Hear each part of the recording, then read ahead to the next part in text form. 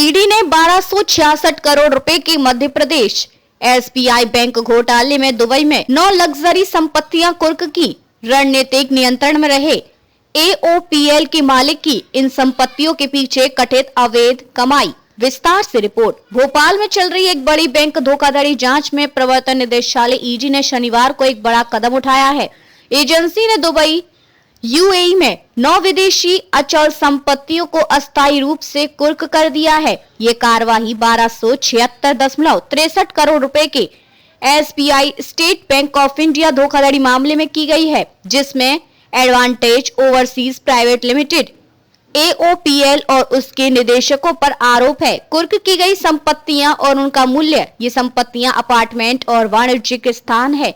कुल अनुमानित मूल्य लगभग 51.70 crore. Location Centurion Residence Dubai Investment Park second, Dubai Silicon Oasis Liwa Heights अल्थनाए फिफ्थ बिजनेस वे इलाका World Trade Centre Residence Dubai. जांच में सामने आया है कि संपत्ति एओपीएल की कमाई से खरीदी गई थी और इस कमाई को अपराध किया है पीओसी माना जा रहा है। श्रीकांत भासी जो एओपीएल और उसकी ग्रुप कंपनियों पर रणनीतिक नियंत्रण रखते हैं, इन्हीं संपत्तियों को बढ़ाने वाले हैं। आश्चर्यजनक रूप से इन्हें 2022 से 2023 में उनके द्वारा अपनी बेटी को उपहार गिफ्ट डीड के जरिए दे दिया गया।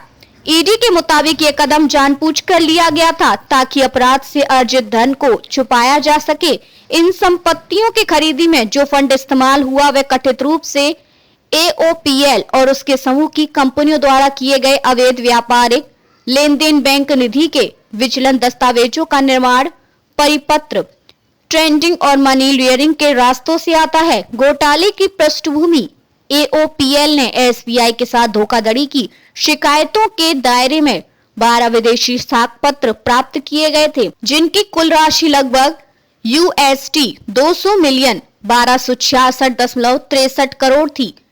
जांच में यह भी सामने आया कि एओपीएल ने 73 फर्जी कंपनियां बनाई थी कर्मचारियों या नकली नामों पर, ताकि बैंक को गुमराह किया जा सके और अवैध तरीके से धन का हेरफेर हो सके।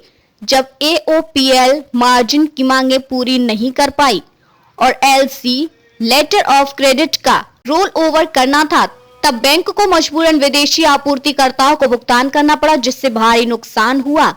ईडी का कहना है कि इस पूरे नेटवर्क में घरेलू और विदेशी कंपनियों का जाल बना हुआ था, जिसका इस्तेमाल धन को लेयर स्तर बदलने, डाइवर्ट करने और संपत्ति खरीदने में किया गया।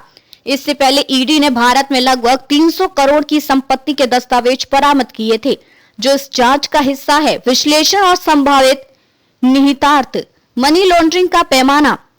दुबई जैसी ग्लोबल लोकेशन में संपत्तियां खरीदना यह संकेत देता है कि आरोपी केवल धोखाधड़ी के स्तर पर नहीं रुके, बल्कि इस धन को विदेश में अच्छे खासे निवेश में बदलने की योजना बना रहे थे। यह मनी लॉन्ड्रिंग का क्लासिक कदम है। उपहार के जरिए छुपाना। संपत्तियों को बेटी को उपहार देना एक पुरानी चाल है। इससे ये आभास देना आसान हो जाता है कि यह संपत्ति पिता की नहीं बल्कि व्यक्तिगत पारिवारिक संपत्ति है। लेकिन ईडी की जांच के मुताबिक ये क्राइम प्रोसीड को छिपाने की रणनीति थी। गैर कार्यकारी कंपनियों का जाल, फर्जी कंपनियों और साख पत्रों की भारी संख्या ये दिखाती है कि एक योजनाबद्ध धोखाधड़ी है, न कि सिर्फ लेन देन की गलती। यह सिस्टमैटिक धोखाधड़ी है जिसमें कर्मचारियों और अन्य नामधारी का इस्तेमाल किया गया। संभावित वापसी और जुर्माना। अगर अदालत ईडी के दावों को सही पाए तो इन संपत्तियों की कुर्की स्थायी हो सकती है। इससे न सिर्फ संपत्ति जब्त होगी बल्कि आरोपी को भारी जुर्माना और अन्य पेनल्टी का सामना करना पड़ेगा। वैश्विक सहयोग की अहमियत। क्योंकि ये संपत्तियां दुबई में हैं, ईडी को स्थानीय अधिकारों और अंतर्राष्ट्रीय सहयोग का सहारा लेना होगा। इससे यह मामला भारत में सीमाओं के पार वित्तीय अपराधों से निपटने की चुनौती को भी दर्शाता है।